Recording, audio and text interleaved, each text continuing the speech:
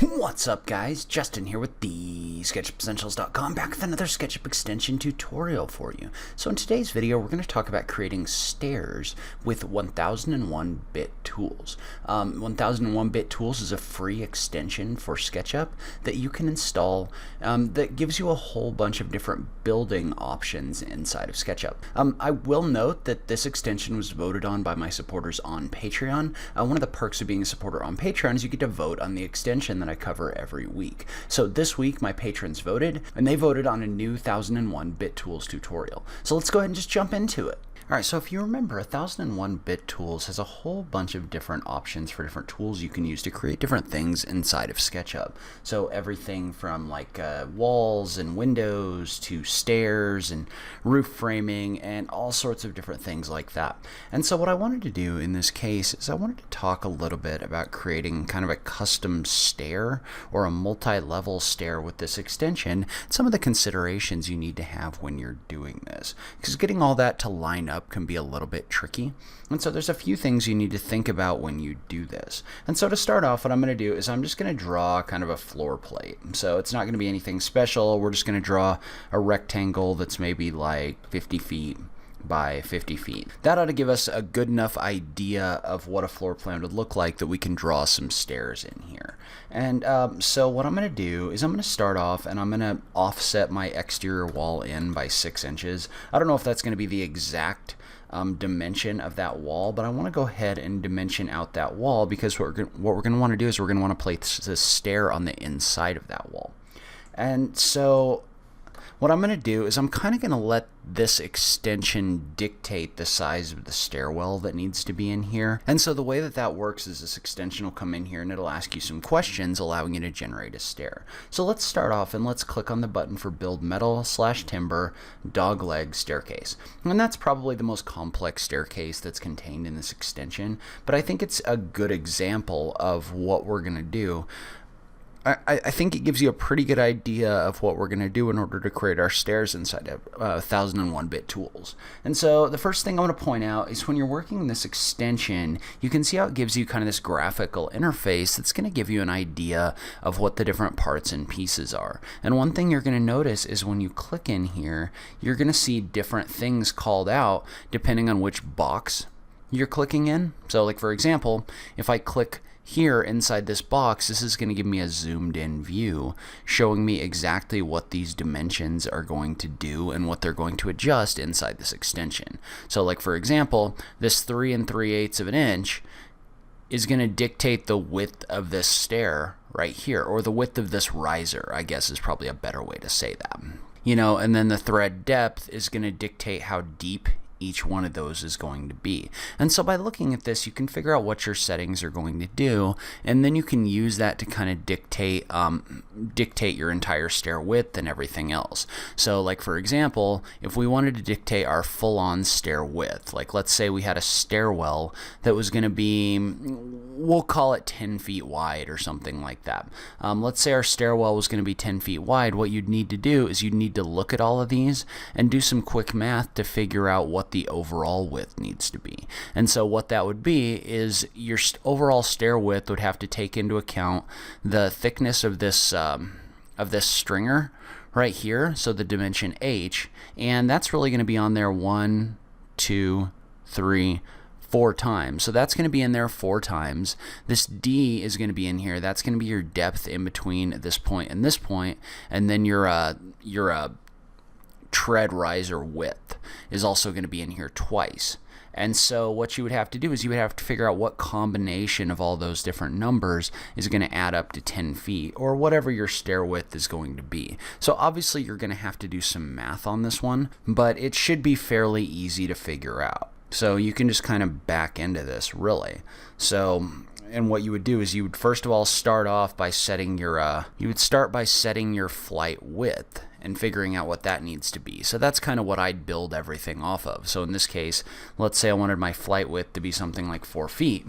So now I've built in a width of 8 feet between this flight width and this flight width, and now I need to figure out what my stringer thickness needs to be.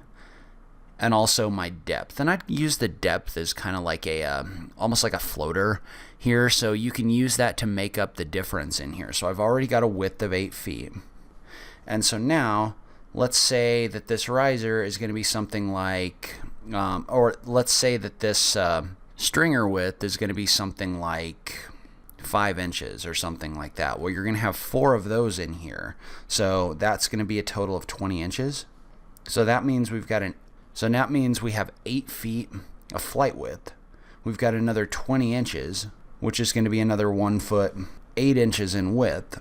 So that gives us 9 foot 8 inches. That means my D thickness, or my gap between, needs to be 4 inches in order to get us to a total width of 10 feet. And so I realize that's a whole lot of math that we're doing in here. You kind of have to do some math to figure out exactly what the size of your stair is in order to get that to fit. And so now if we were to come in here and build our staircase, the first thing you're going to notice is that's going to come in here, and when I click on this corner, it's going to create this stair, but the stair is going to be on the other side over here. So we're just going to take that and we're just going to move that across on the green axis until this is kind of lined up with the inside of that wall. And depending on how detailed you're getting, you may want to build in some construction tolerances or something like that so you can actually get this stuff in here. But I'm not going to worry about that for right now. But if you come in here and you do a measurement between the end of this edge right here and this edge right here, you can tell that we set this up to be 10 feet wide. So our width has been set up properly. So that gives us kind of an idea of how we can set up the width in our stairs. But now let's talk about setting up our height. And so the first thing I'm going to do is I'm going to take this whole thing, I'm probably going to make it a group just to simplify this, and then I'm going to use the move tool in copy mode to create a copy that's maybe like 14 feet high or something like that. Depending on the kind of staircase you're creating and depending on your building, that's going to vary. But now what we have to do is we just have to do the same kind of math in here in order to get this staircase to be the right height. And so in order to do that, you're going to adjust 2 different things. You're going to adjust the number of risers, well, probably 3 things. You're going to adjust the number of risers here, as well as the riser height here. So when you click on this, you can see how the riser height is going to set the distance between the bottom of this riser and the bottom of this riser. And so in this case, what we're going to do is we're going to want this to be 14 feet tall. And so in order to make this 14 feet tall, if all of our risers are 6 inches, then we're going to need 28 risers. So just mathematically, 28 riser sections of 6 inches tall is going to give us a height of 14 feet. However, if we do that, so if we do 14 risers here, and we do 14 risers here, and then we bring this in,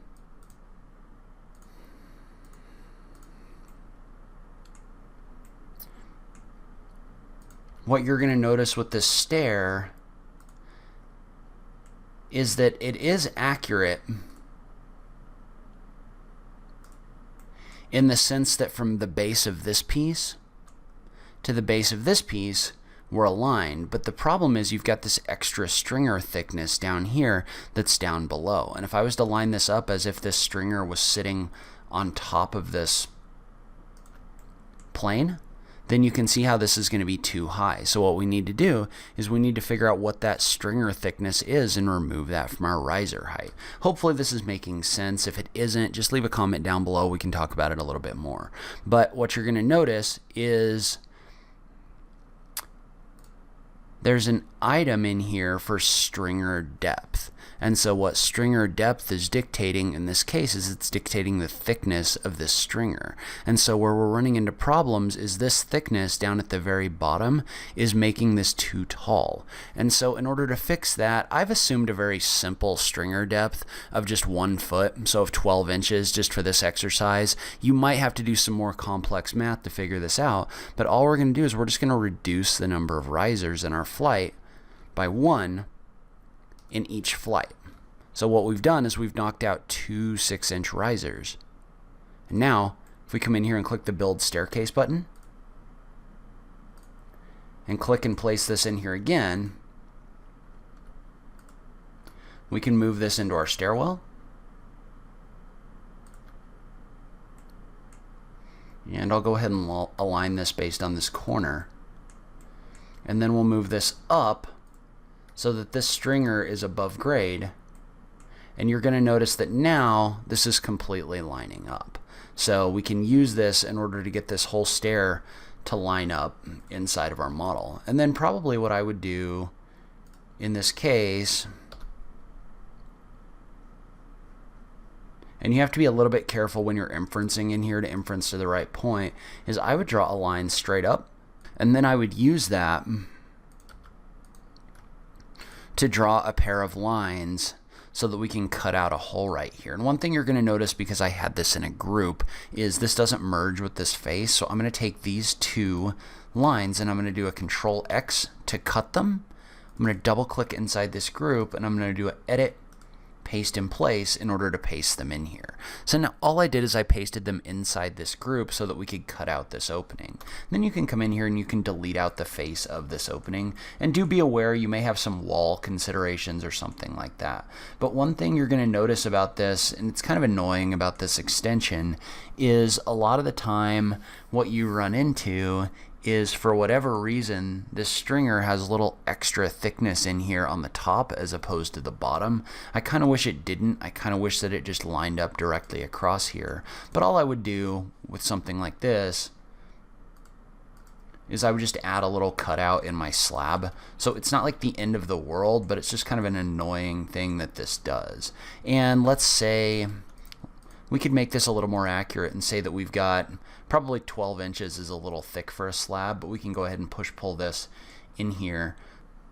All right, and so once we've got our second floor figured out in here, we're going to have to create a different kind of stair. And the reason for that is because this is going to act a little bit different on the second floor than it does on the first floor.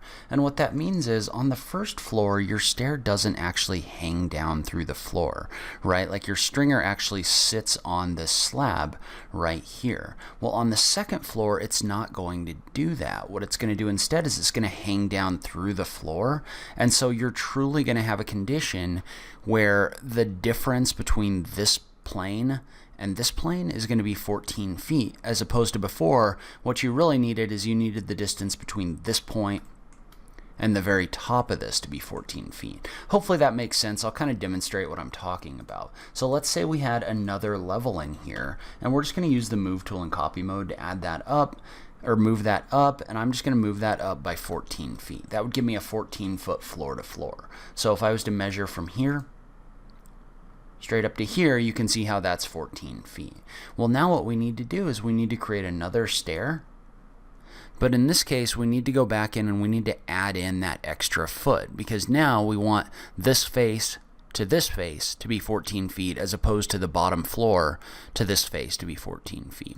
So all we're going to do is we're just going to add one extra riser to each one of these. That's really easy because each one of these risers is going to be 6 inches. It gets a little bit more complicated if your risers aren't exactly 6 inches. That's just going to be a math exercise for you. So you may have to play around with those to get those to work. And so since we've added in our number of risers, all we have to do is click in here for the option for Build Staircase. And we're just going to take this staircase and we're just going to align it along this line just like we did before. So you can see how I've aligned this on here, and I'm just going to click. And then all I have to do is just take this and just align it just like I did before, because really the only thing we changed was the height of the staircase. So you can see how the only difference between this staircase and this staircase is this is 2 risers shorter so that the heights line up. So you can see how now I have this aligned. Well, now I could add in as many floors at 14 feet as I want, and everything lines up. So let's say I did a ×4 along with this array. You can see how I have this extra stairwell in here and everything's kind of lining up. And all you would have to do is just refigure out, like if you had another level that was like 16 feet or something like that, you just add in some risers in here in order to make that work. And then if you wanted to, you could come in here and you could draw a shaft wall. So let's say this was a 3 5/8 inch wall. I could just come in here and I could draw a rectangle like this, and it's already filled in, and then I can pull that wall up, in order to generate that shaft wall. And we might do the same thing on all 4 sides, just kind of depending on what you're trying to create and what this stairwell is going to look like. So hopefully this made sense for everyone. I know it comes off as a little bit more of a math tutorial than a stair tutorial, but this can definitely be helpful for helping you figure out exactly what the sizes of your stairs need to be when working with this tool. There are other tools out there that you can use to create stairs as well. I'll link to a video about instant stair, for example. So that gives you just a lot more options, but it is a paid extension. But leave a comment below. Let me know if this was helpful to you. I just love having that SketchUp conversation with you guys. If you like this video, please remember to click that like button down below. If you're new around here, remember to click that subscribe button for new SketchUp content every week. If you like what I'm doing in this channel, please consider supporting me on Patreon. Every little bit helps, even if it's only $1 a month. So make sure you check out that link in the notes down below. But in any case, thank you so much for taking the time to watch this. I really appreciate it, and I will catch you in the next video. Thanks, guys.